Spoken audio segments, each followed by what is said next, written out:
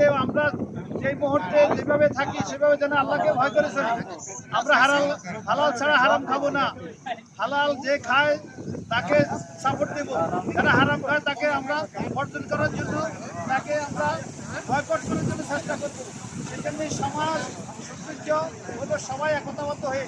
আমরা এই জন্য বলছেন সবাই বলছেন সালাত শুরু বিলার, নামাজ শেষ করো, মাঠে ছড়িয়ে পড়ো। নামাজ যেমন ফরজ, হালাল রিজিক অগ্রসর করা ফরজ। অতএব আমরা 24 ঘন্টা জিন্দেগি আমাদের ইবাদতের জিন্দেগি। আমরা যেখানে থাকবো, যেখানে গাড়ি আমাদের স্টেশনে হবে, আজান হবে, সেখানে আমরা পার্কিং সেখানে নামাজটা পড়বো।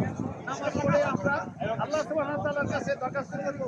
আলহামদুলিল্লাহি রাব্বিল আলামিন, আর-রাহমানির রাহিম, মালিকি ইয়াউমিদ্দিন, ইয়্যাকা না'বুদু ওয়া ইয়্যাকা নাস্তাঈন, ইহদিনাস সিরাতাল মুস্তাকিম।